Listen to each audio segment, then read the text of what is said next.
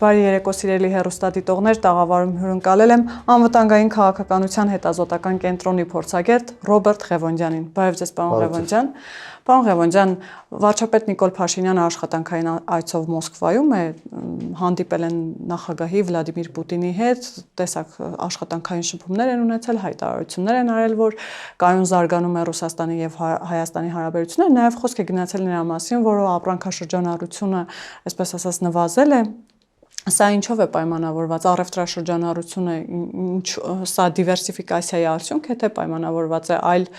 գործոններով։ Շատ փոքր մասը դիվերսիֆիկացիայի արդյունք է, ըստ իմ ունեցած տվյալների, իհարկե տնտեսագետ չեմ, բայց ուսումնասիրել եմ որոշակիորեն, մի փոքր մասը դիվերսիֆիկացիայի արդյունք է, բայց առավելապես պայմանավորված է նրանով, որ նախորդ տարի թվերը չափազանցված էին եւ չափազանցված էին այդ ոսկու տարանցիկ արտահանման հետ կապված խնդիրների պատճառով, այս տարի դա այլևս չկա։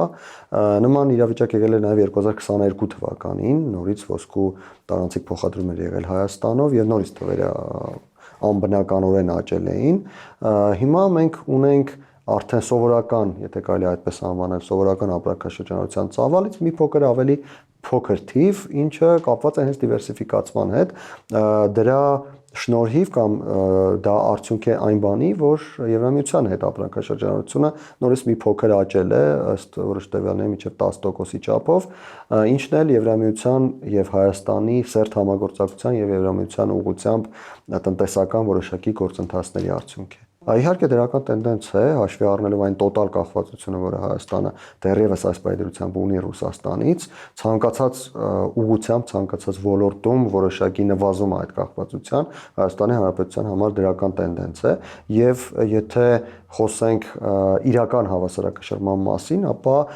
չկա այլ տարբերակ հավասարակշռություն ապահովելու, քան այն, որ Ռուսաստանից կախվածությունները պետք է նվազեն եւ դրանք պետք է հավասարակշռվեն այլ տարբեր ուղղություններից կախվածություններով, մինչեւ գա հասնի մի իրավիճակ, երբ այդ կախվածությունները մեկը մյուսին համարժեք կլինեն, քանի որ ինչպես ասացի, այս պահին Ռուսաստանից կախվածությունը դեռևս տոտալ է։ Պարոն Ղևոնդյան, մենք գիտենք, որ օգոստոսի 8-ից հետո տարածաշրջանում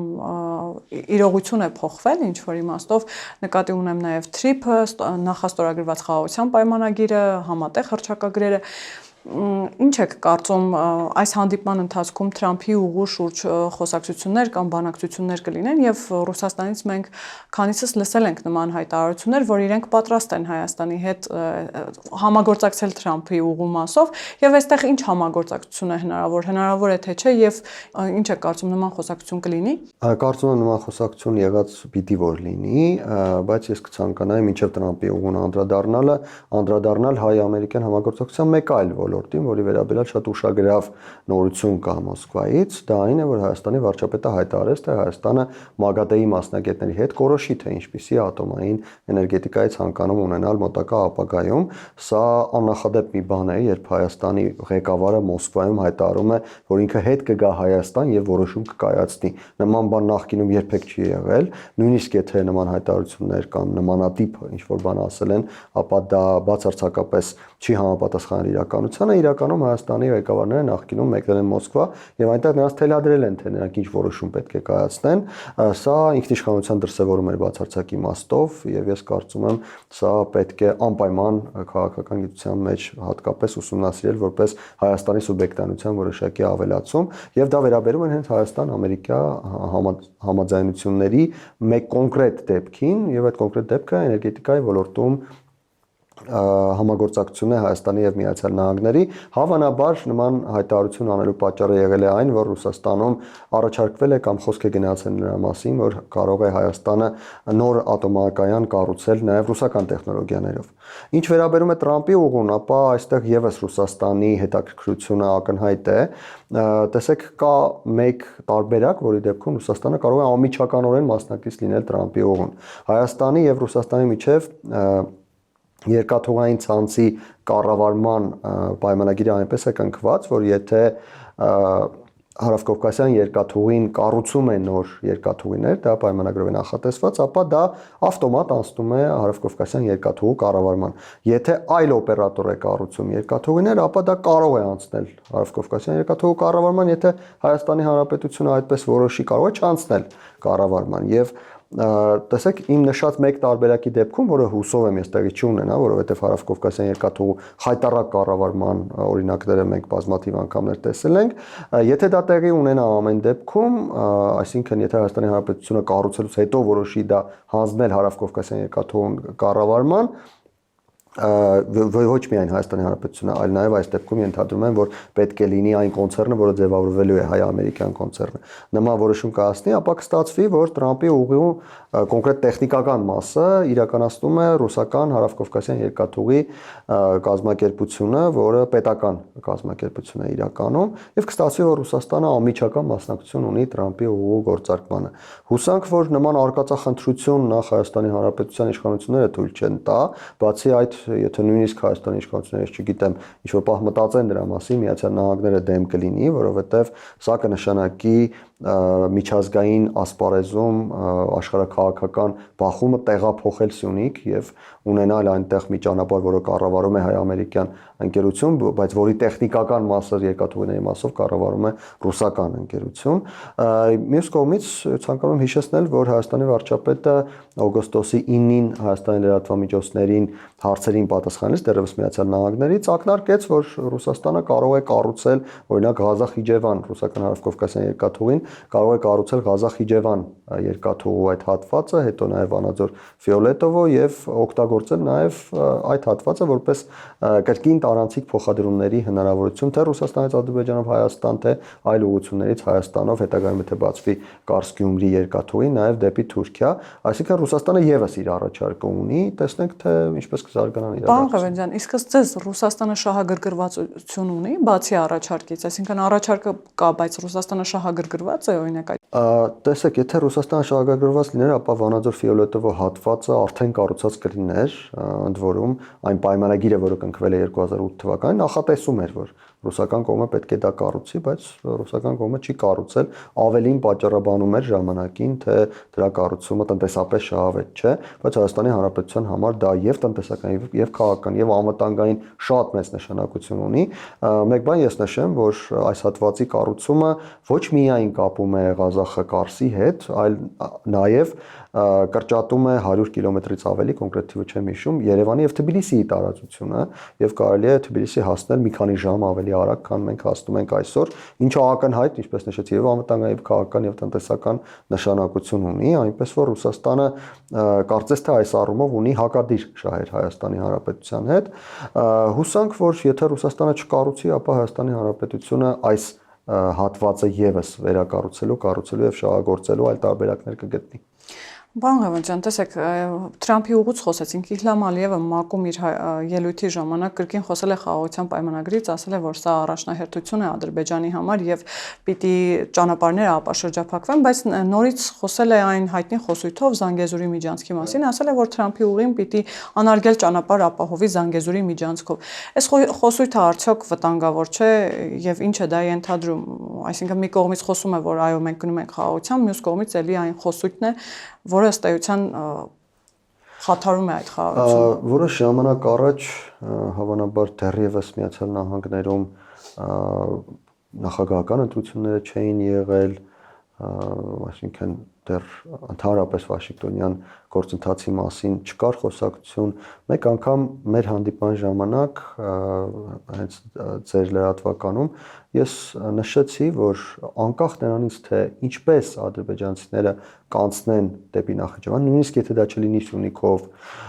բայց Հայաստանը հատի, այսինքն կարող են հյուսային հատվածով անցնել գնալ Նախիջևան եւ այլն, նրանք դա կոչելու են Զանգեզուրի միջանցք։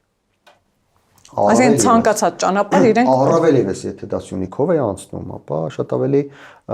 մեծ հնարավորություններ կան դա մատուցել եւ ներքին եւ արտաքին լսանին որպես Զանգեզուրի միջանցք։ Դրա անունը դնելու են Զանգեզուրի միջանցք։ Ես չեմ կարծում, որ մենք պետք է առաջնորդվենք այն բառերով, որոնցով բնութագրվում է կոնկրետ երևույթը։ Մենք պետք է առաջնորդվենք բովանդակությամբ։ Բովանդակությունը հետեւյալն է, որ Հայաստանի Հանրապետության տարածքով անցնելիս պահպանվելու են Հայաստանի ինքնիշխանությունը, իրավազորությունը, տարածքային ամբողջականությունը եւ եթե որոշակի առավելություններ ունենան այդ անցնողները, մենք էլ նման առավելություններ ունենալու ենք Ադրբեջանի տարածքով անցնելիս։ Այստեղ էական չէ Նախիջևանով թե Ադրբեջանի հիմնական տարածքով դա հետագա բանակցությունների հարց է լինելու։ Այսինքն, տեսեք, եթե դրա անունը շատ է ցանկանում Իլհամ Ալիևը, որպեսզի լինի Զանգեզուրի միջանցք, թող իր համար լինի Զանգեզուրի միջանցք, դա որևէ բան չի փոխում։ Մեզ համար կարևորն այն է, որ արտատարածքային որևէ բնութագիր այդ անցումը չունենա։ Այսինքն ադրբեջանցիները գան, անցնեն Հայաստանի սահմանը այնպես, ինչպես անցնում են բոլոր այլ երկրների քաղաքացիները Հայաստանի մյուս սահմանները, դա Հայաստանի իշխանությունները օրինակ խոսում են այն մասին, որ կարող են լինել թվային ծառայություններ։ Եթե բոլոր սահմաններն կլինեն թվային ծառայություններ, խնդրեմ թող ադրբեջանցիներն էլ օգտվեն դրանից։ Եվ Հայաստանի տարածքում գործեն Հայաստանի Հանրապետության օրենքները։ Այսինքն այլ կերպ ասած, եթե ադրբեջանցի մտնի Հայաստանի տարածք եւ հանցանք գործի, Հայաստանի իրավապահ մարմինները նրան ձերբակալեն եւ համապատասխան գործընթացներ իրականացնեն։ Այդ ամենը իմ տպավորությամբ այն փաստաթղթում, որը գրված է եւ ստորագրված է 3 նախագահների կողմից, ապահովվում է։ Դրանից հետո Ալիևը կասի Զանգեզուրի միջանցք, թե կասի, չգիտեմ, Լուսնի եւ Մարսի եւ Յուպիտերի միջանցք, դա արդեն իր խնդիրն է։ Այսինքն դա այդ խոսույթը ավելի շատ ներքին լսարանի համար է։ Ես կարծում եմ նաև արտաքին լսարանի համար է, որովհետև արտաքին ասելունից նկատի չունեմ Հայաստանը, բայց նաև օրինակ Հայաստանի վրա ճնշում գործադրելու համար է, Հայաստանի ներսում քաղաքական խոսույթներ հարուցելու համար է, նրա համար է, որովհետեւ դուք ինձ այդ հարցը տաք։ Բայց բացի այս ամենը նաև արտաքին լսարանին ցույց տալու համար է, որ տեսեք ես ինչպիսի հաղթող նախագահ եմ, ես ասացի Զանգեզուրի միջանցք, ստացա Զանգեզուրի միջանցք, մյուս կողմից էլ ով էր ասում, որ դա պիտի լիներ արտատարածքային, դա ռուսներն էին ասում, գնացեք ռուսներին հարցրեք։ Մոտավորապես այս տրամաբանության մեջ Ալիևը նաև միջազգային հանրության հետ կարող է խոսել։ Պարոն Ղևոնդյան, տեսեք, ինչի եմ ես հարցերը տալիս, որովհետև շատ հաճախ ներսել է բերվում ընդդիմադիր դաշտը այս խոսույթը բերում է ներս եւ սկսում է շահարկել, որ Ալիևը խոսում է նրա համար, որպեսզի մեր ընդդիմադիր դաշտը դա վերցնի, դա օգտագործի, ճնշում գործադրի Հայաստանի իշխանությունների նկատմամբ եւ Հայաստանի իշխանությունները երբ գնան հաջորդ անգամ բանակցելու, այդ ճնշումը իրենց վրա զգան, Հայաստանի իշխանություններին ավելի հեշտ լինի ինչ որ բան պարտադրել, համոզել կամ ինչ որ բանի շուրջ համաձայնության գալ։ Տեսեք, տևական ժամանակ է իշխանությունները խոսում են նաև իրական Հայաստանի գաղափարախոսության մասին։ Ընդդիմությունը, մասնավորապես Դաշնակցությունը պնդում է, որ սա ոչ այլ ինչ է, քան Ադրբեջանի բոլոր պահանջների կատարում, եւ գիտեք, Սահմանադրական հանրաքվեն վերջին շրջանում փաթեթավորվում է Ադրբեջանի պահանջ եւ ընդդիմությունը արդեն հռչակել է, որ ամեն ինչ անելու է, որ հանրությունը գնա եւ ոչ ասի Ադրբեջանի պահանջով սահմանադրական փոփոխություններին։ Այս միտումը վտանգավոր չէ համարում, այսինքն մի կողմից խոսվում է այն մասին, իշխանությունները նաև բազմիցս նշել են, որ 18 թվականից է դեռևս այդ խոսակցությունները եղել եւ պահանջը սահմանադրական փոփոխությունների գնալու։ Հիմա անդիմությունը դա կրկին փաթեթավորում է որպես Ադրբեջանի պահանջ։ Տեսեք, այն որ սահմանադրությունը 2025 թվականի սեպտեմբերի դրությամբ փոխված չէ, դա իշխանությունների բաց թողունն է։ Թեև Նիկոլ Փաշինյանը վերջերս մի իր ելույթներից մեկում նշեց, թե լավ է, որ մենք չենք փոխել, որովհետև հիմա իրականությունը այլ է, բայց ոչ ոք չի ասում, որ սահմանադրությունը կարելի է փոխել մեկ անգամ։ Միացյալ Նահանգների սահմանադրությունը փոփոխությունների է ենթարկվում տարիներ շարունակ եւ այնտեղ բազմաթիվ հարյուրավոր փոփոխություններ են կատարվել, ինչը որևէ կերպ չի նսեմացնում Միացյալ Նահանգների սահմանադրության արժեքը։ Այսինքն կարելի է 2018 կամ 19 թվականին իրականացնել այն փոփոխությունը, որը Հայաստանի ժողովուրդը պահանջում էր, մի հատ էլ հիմա իրականացնել փոփոխություն եւ համապատասխանեցնել ժամանակակից իրավիճակի պահանջներին։ Սա հստակ իշխանությունների բաց թողումն է եւ եթե դա տեղի ունեցած լիներ, ապա հիմա խոսակցությունները մի փոքր այլ կլինեին։ Բայց ունենք այն ինչ ունենք այս իրավիճակը եւ այս իրավիճակում Հայաստանի իշխանությունները գոնե հիմա համացությունը պետք է փոխեն, որովհետեւ մի կողմ թողնենք Հիմա նկատի ունեք մինչև 26 թվականի խորհրդարանական ընտրություն։ Մինչև 26 թվականի խորհրդարանական ընտրությունները ֆիզիկապես հնարավոր չէ նման հանրակրվեի անցկացնել, ընտրությունների հետ էլ հնարավոր չէ, որովհետև հանրակրվեի մասին օրենքն է արգելում, եւ ես կարծում եմ օրենքը փոխելն էլ իմաստ չունի, դա հավանաբար կլինի 2026 թվականի ընտրություններից հետո։ Հիմա ասելով նկատի ունեմ, որ մենք այնպիսի մի իրավիճակում ենք, երբ այդ սահմանադրությունը բերեց բազմաթիվ աղետներ եւ շարունակում է խնդիրներ հարուցել մեզ համար։ Նույն 2026 թվականի ընտրությունները այդ սահմանադրությամբ են իրականանալու եւ այնտեղ էական խնդիրներ կան ժողովրդավարության հետ կապված եւ այլն բազմաթիվ են հարցերը, որոնք այս սահմանադրությունը առաջացնում է եւ այն պետք է փոխել, պարտադիր պետք է այդ սահմանադրությունը փոխել։ Այլ հարց է, որ Ադրբեջանը, ինչպես օրինակ մեր նախորդ խոսքում նշեցինք, Հայաստանի նկատմամբ ազդեցություն գործելու համար, սա եւս շատ լավ առիթ է, որը կարելի է վերցնել, ազդեցություն գործել Հայաստանի նկատմամբ, միաժամանակ ընդդիմադիր դաշտին հնարավորություն տալ ճնշում գեներացնել իշխանությունների նկատմամբ։ Տեսեք, ինչքան ավելի շատ է ճնշումը Հայաստանի իշխանությունների նկատմամբ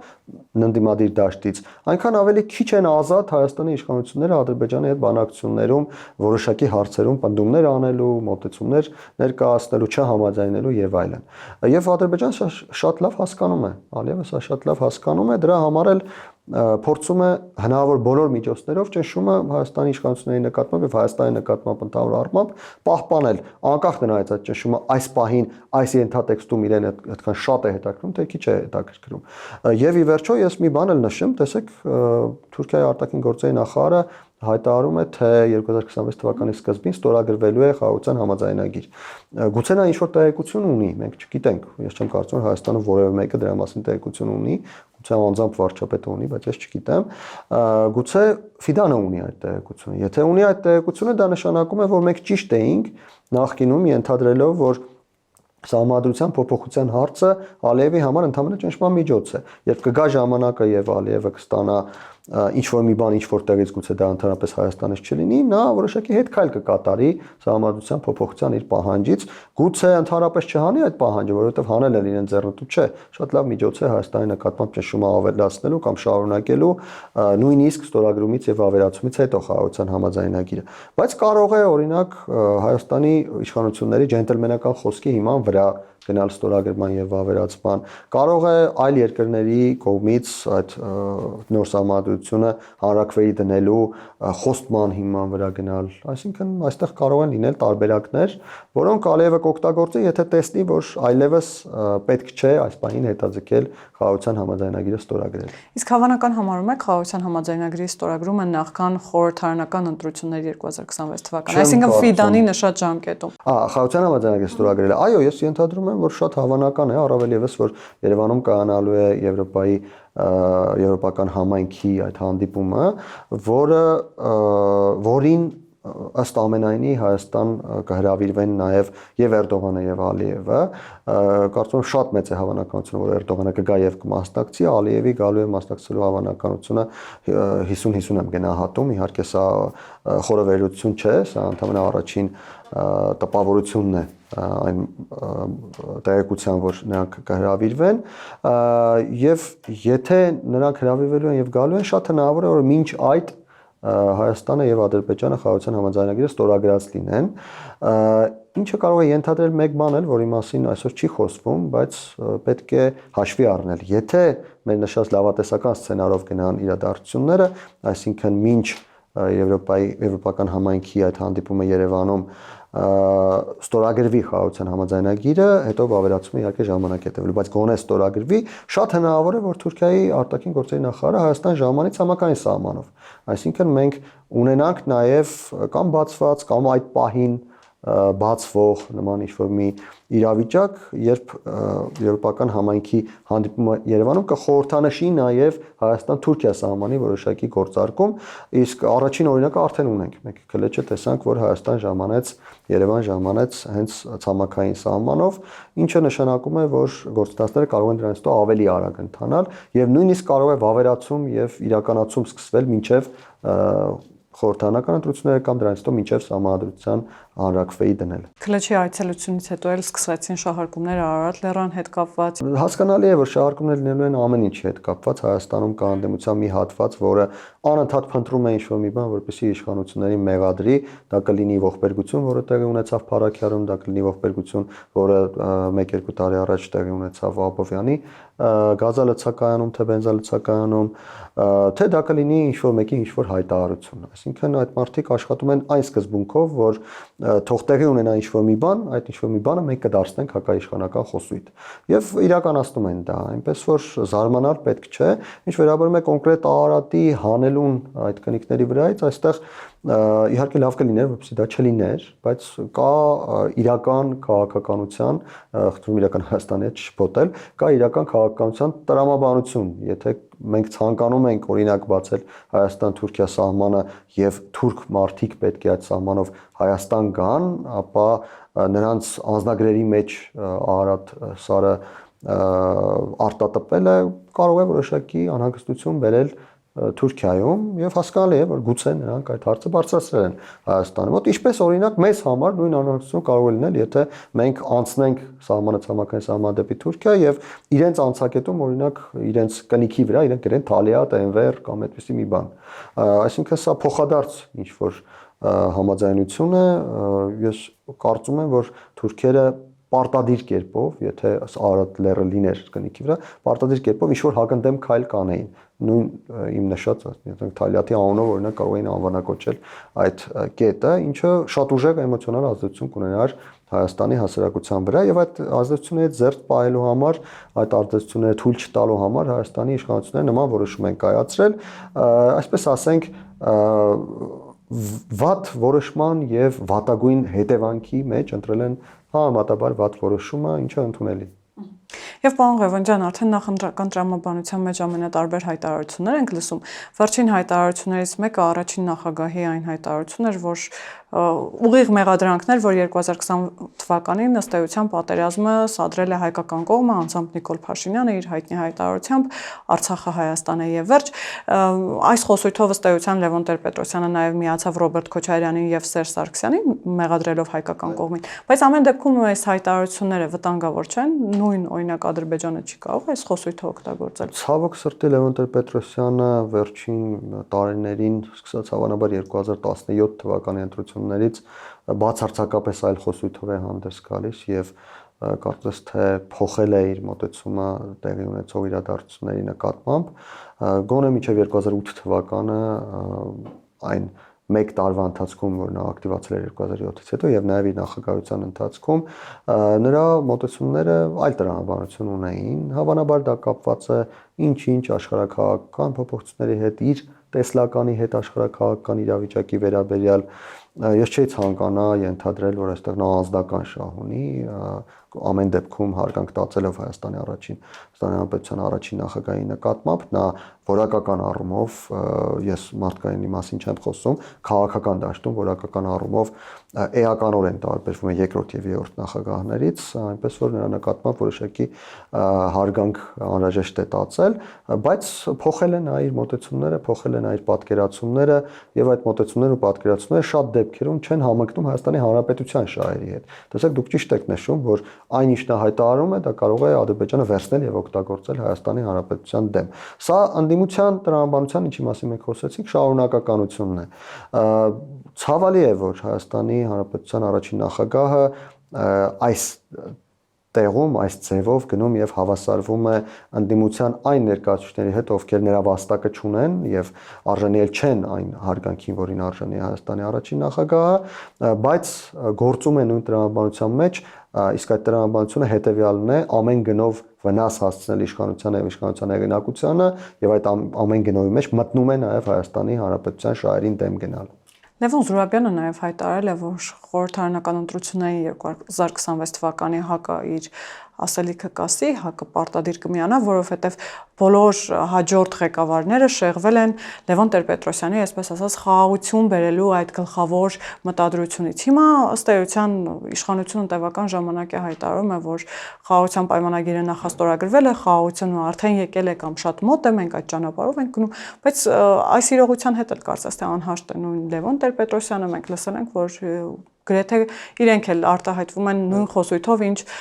Ռոբերտ Քոչարյանը, Սերժ Սարգսյանը, այսինքն այս փաստաթղթերը կապիտուլյացիա են որակում։ Ես նշեցի ցանկացած բան օգտագործել Հայաստանի իշխանությունների դեմ, իսկ այն թե ՀԱԿ-ը ինչ որ խոսք է ասելու, ՀԱԿ-ը իր խոսքը վաղուց ասել վերջացրել է, ՀԱԿ-ը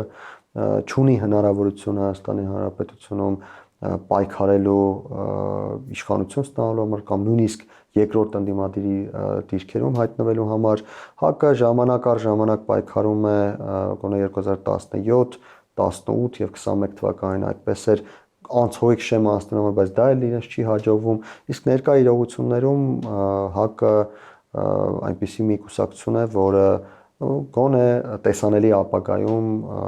էական քաղաքական նշանակություն ունենալ Հայաստանի Հանրապետությունում չի կարող, առավել եւս Լևոն Տեր-Պետրոսյանին իհարկե քաջ առողջություն եւ երկար տարիների կյանք, բայց նրանից հետո ՀԱԿ-ը նույնիսկ քաղաքական կապիտալ չունի, որպեսզի կարողանա էական ազդեցություն ունենալ Հայաստանում քաղաքական դաշտում տեղի ունեցող գործընթացների վրա։ Եվ պարոն Ղևոնդյան, Մայր Աթոռը արդեն 3 օր է մեղադրում է դատական համակարգին, դատաիրավական համակարգը ասում է, որ ուղիղ ենթարկվում է օրվա իշխանություններին, անհամաձայնությունը գալիս է կապված Աջապահյանի վերդիկտի հետ, ասում են, որ այդ վերդիկտը վառ վկայությունն է նրա, որ իշխանությանն է ենթարկվում դատական համակարգը եւ դուք տեսաք նաեւ Մոսկվայում մի խումբ հոգեվորականներ հատկապես բողոքի ակցիա են կազմակերպել եւ վարչապետը մեկնեց Մոսկվա։ Այս ինչով է պայմանավորված, նախ որ հաճախ չէ որ Մոսկվայում ցուցարարների կհանդիպենք, բայց հոգեվորական ցուցարարների վերջին շրջանում հաճախ ենք տեսնում։ Սա ինչ Տեսեք Մոսկվայում նույնիսկ մեկ մարդը ոչինչ չգրված դատարկ թուղթ երբ պահում է, նրան անմիջապես մեկուսացնում են եւ այն որ թույլ են տվել որ այս մարդիկ այլ ռուսերենով հայտարարություններով այդպես ինչ որ պիկետի նման ինչ որ մի բան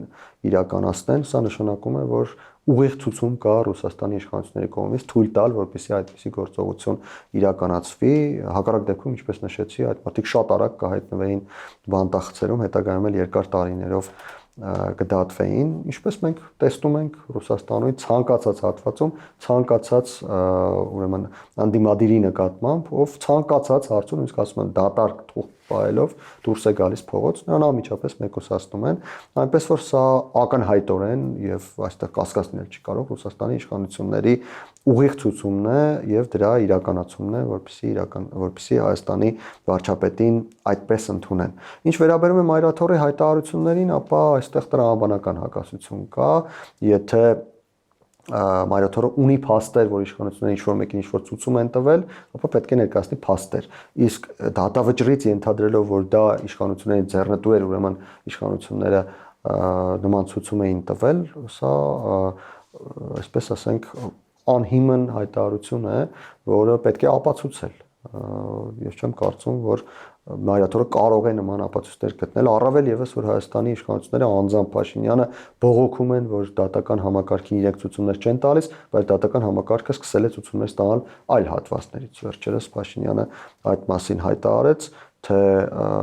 կան ուժեր, թե ներքին, թե արտաքին ուժեր, որոնք ուրախացել են այն փաստից, որ Հայաստանի իշխանությունները դատական համակարգին չի միջամտում եւ փորձում են իրենք միջամտել, որոշ դեպքերում դա ստացվում է։ Այս հակասության պայմաններում Մայր Աթոռի կամ ցանկացած այլ քաղաքական դերակատարի, որովհետև Մայր Աթոռը մտնելով քաղաքական գործընթացներ դարձել է նաև քաղաքական դերակատար, ցանկացած այլ քաղաքական դերակատարի հայտարարությունները պետք է ինչ-որ փաստական հիմքեր ունենան։ Իսկ այդպես ինչ-որ բան հայտարարել, ես էլ կարող եմ հայտարարել, բայց հետագայում պետք է լինի ապացուցել, որպեսզի դրանք հետևանքներ ունենան։ Եվ հակասական մեկ այլ հայտարարությունների էլ անդրադառնանք։ Նարեկ Կարապետյանն էր նախ հայտարարել, որ Հերցի տնօրենների խորհրդի նախագահի տեղակալի պաշտոնում ինքը աշխատավարձ չի ստացել, հրաժարվել է այդ աշխատավարձից։ Ռոմանոս Պետրոսյանը սոցցանցի իր էջում հրապարակում արեց, ըստ որի փաստոցի 2017-ից 24 թվականներին գրեթե 400 միլիոն դրամ գումար է ստացել Նարեկ Կարապետյանը, այսինքն ամսական $8,000 չափով։ Նարեկ Կարապետյանը սրան հերքող հայտարարություն արեց եւ ասաց, որ այդ գումարը ուղղել է Տաշիր բարեգործականին։ Ինչի մասին են այս հայտարարությունները, այսինքն հեծից գումար է ստացել ուղղել է Տաշիր բարեգործականին։ Շատ շնորհակալ եմ այս հարցի համար, սա շատ հետաքրքիր պատմություն է, տեսեք, Նարեկ Կարապետյանը ըստ ամենայնի ապրել եւ մեծացել է Ռուսաստանում եւ հավանաբար նա կարծում էր, թե Հայաստանի Հանրապետությունում հնարավոր է նույն ձևով, ինչպես Ռուսաստանում, ինչ-որ բան հայտարարել եւ հետագայում որևէ մեկը չի կարողանա ուղղակի, ֆիզիկապես չի կարողանա, որովհետեւ նրանք կլրացնեն, թե ինչպես կլրացնեն, հավանաբար ինքը գիտի, նրանք կլրացնեն, որևէ մեկը չի կարողանա սուտը բռնել, այսպես ասենք։ Բայց Հայաստանի Հանրապետությունը ստացվեց այնպես, որ Ռուսաստանը չէ, եւ եթե դու ունես մեծ գումարներ եւ եթե այդ մեծ գումարները Ռուսաստանում կարող ես լրատվականներին լրացնել, փորձագետներին լրացնել, քաղաքական դաշտի ներկայացուցիչներին լրացնել, բոլոր այն մարդկանց լրացնել, նույնիսկ նրանք ովքեր չեն ցանկանում լրել այլ տարբերակներով նրանց բերանը փակել, ապա Հայաստանում դա հնարավոր չէ։ Այսինքն տեսեք, ես ցանկանում եմ զուգահեռ անցկացնել Օրուելի հայտնի ստեղծագործության, այդ 1984 ստեղծագործության, այդ որտեղ երբ երկրի ղեկավարը ինչ-որ բան էր հայտարարում, որը հակասում էր նախկին հայտարարածի հետ, հին թերթերը հին ամսաթվով հանում էին, նորն էին տպում, այդ հին հայտարարությունը փոխում էին։ Նարեկ Կարապետյանը հավանաբար ենթադրել է, թե Հայաստանում էլ է հնարավոր նման օրուելական իրականություն ստեղծել, ինչպես Ռուսաստանում է ստեղծված, ինչը կարելի է Ռուսաստանում անել։ Եվ հանգիստ այդ հայտարարությունը արեց հուսալով, որ կաշխատեն այն մեխանիզմները, որոնք աշխատել են Ռուսաստանում։ Չստացվեց դա, եւ քանի որ չստացվեց, Նարեկ Կարապետյանը ստիպված եղավ փոխել իր նախնական միտքը առանց այդ հին ամսաթվով տեղեկությունները սրբագրելու եւ դրանց արդյունքում էլ ավելի ցայտուն, էլ ավելի ծիծաղելի ինչ որ իրավիճակ ստեղծվեց, որ այդ մարդը ճիշտ է գումարը ստացել է, բայց այդ գումարը փոխանցել է իր իսկ ղեկավարման տակ գտնվող մեկ այլ կառույցի։ Ես ճիշտ ասած չեմ հասկանում տարբերությունը, նա այդ գումարը ծախսեր իր վրա, ծախսեր բարեկամների վրա, թե փոխանցեր իր կառույցներից մեկ այլ ուրեմն կազմակերպության եւ որտեղ է այստեղ տրամաբանությունը, ինչպես է դա արդարացնում Նարեկ Կարապետյանի կողմից այն հայտարարությունը, թե ինքը գումար չի ստացել։ Բարեգործականին է ուղղել։ Այսինքն նույնն է թե մի գրպանից հանեց, ինչ գրպան դրեց։ Տարբերությունը որն է, նա գումար ստանար եւ այդ գումարը ծախսեր իր հայացողությամբ, ուղեր բարեգործականին եւ ինչպես է դա հակադրվում այն հայտարարությանը, որ նա գումար չի ստացել։ Նույնիսկ եթե դա ամբողջությամբ բարեգործություն է իրականացել, ստացվում է, որ նա այդ գումարը ստացել է, հետո է իրականացնել։ Այսինքն այսպես թե այնպես նա ստել է։ Ինչ կապ ունի, թե նա այդ գումարը ինչ է արել, եթե նա ստել է, նա ստացել է այդ գումարը։ Դե հասկանալի է, որ քաղաքական դաշտում նորելուկ է այդ երիտասարդը եւ շատ հարցեր կան, որոնց նա, ինչպես ասացի, ուշադրություն է դարձնում այդ Ռուսաստանի պրիզմայով եւ կարծում է, որ այնինչ թույլատրելի եւ հնարավոր Ռուսաստանում կարող է նաեւ թույլատրելի եւ հնարավոր լինել Հայաստանում, բայց քանի որ, ինչպես ասացի, քաղաքական դաշտում նորելուկ է, դա քաղաքական առումով շատ մեծ հարվածներ է իրեն հասցնում եւ կարծում եմ այդ ամփոփության հետևանքով դեռևս նա այսպես իրավիճակներում էլի հայտնվելու է։ Պարոն Ղևոնդյան, բայց քանի որ շատ են խոսում այն մասին, որ հավակնություններ ունեն դառնալ գլխավոր հակակշիռ իշխող ուժին, թեև իրենց ուժը ապաքաղաքական են որակել, ամեն դեպքում դուք այդ շանսերը տեսնում եք, որովհետեւ յուրաքանչյուր մարզում հանդիպում են, խոստանում են տնտեսական վերելքներ, գյուղատնտեսության զարգացում, կարող են այսպես ասած որոշակի ընտրազանգված ունենալ եւ այդ քաղաքական ուժը մի փոքր աբսուրդային է հնչում, բայց այդպես է, ապաքաղաքական ուժ են իրենք, այդ քաղաքական ուժը հստակ հնարավորություն ունի երկրորդ ընդդիմադիրը լինելու, այսինքն առաջին ընդդիմադիրը, բայց երկրորդ ուժը ազգային ժողովում լինելու, բայց դրա համար անհրաժեշտ է մեկ կարևոր բան, որ իրենք կարողանան հավաքագրել Ռոբերտ Քոչարյանի եւ Սերժ Սարգսյանի հետևից գնացող այդ ժողովրդի, որը իր քանակով երկրորդն է մեծությամբ, երկրորդն է Հայաստանի Հանրապետությունում, կարողանան համախմբել նրանց մեծ մասին։ Դա հնարավոր է, առավել եւս, որ շատ մեծ ֆինանսական ռեսուրսների են տիրապետում եւ երկրորդ կարևոր ռեսուրսը կա, դա Ռուսաստանի աջակցությունն է։ Շատ հնարավոր է, որ Ռուսաստանի աջակցությունը իրենց լինի շատ ավելի մեծ, քան Քոչարյանի եւ Սերժ Սարգսյանին։ Նախկինում, քանի դեռ նրանք չկային, աջակցությունը ամբողջապես ուղղվում էր այս երկու դերակատարներին եւ նրանց քաղաքական ուժերին։ Այս անգամ նրանց լինելու է շատ ավելի քիչ, այս դերակատարներին լինելու է ավելին եւ սա կնշանակի, եթե դա հաջողվի իրենց մոտ, սա կնշանակի, որ նրանք երկրորդ տեղի համար պայքարում, այսինքն գլխավոր ընդդիմադիր լինելու համար պայքարում մրցակից չեն ունենա։ Շնորհակալ եմ, պարոն Ղևոնդյան։ Հիշեցնեմ, որ զրուցում էի քաղաքագետ Ռոբերտ Ղևոնդյանի հետ, կհանդիպենք։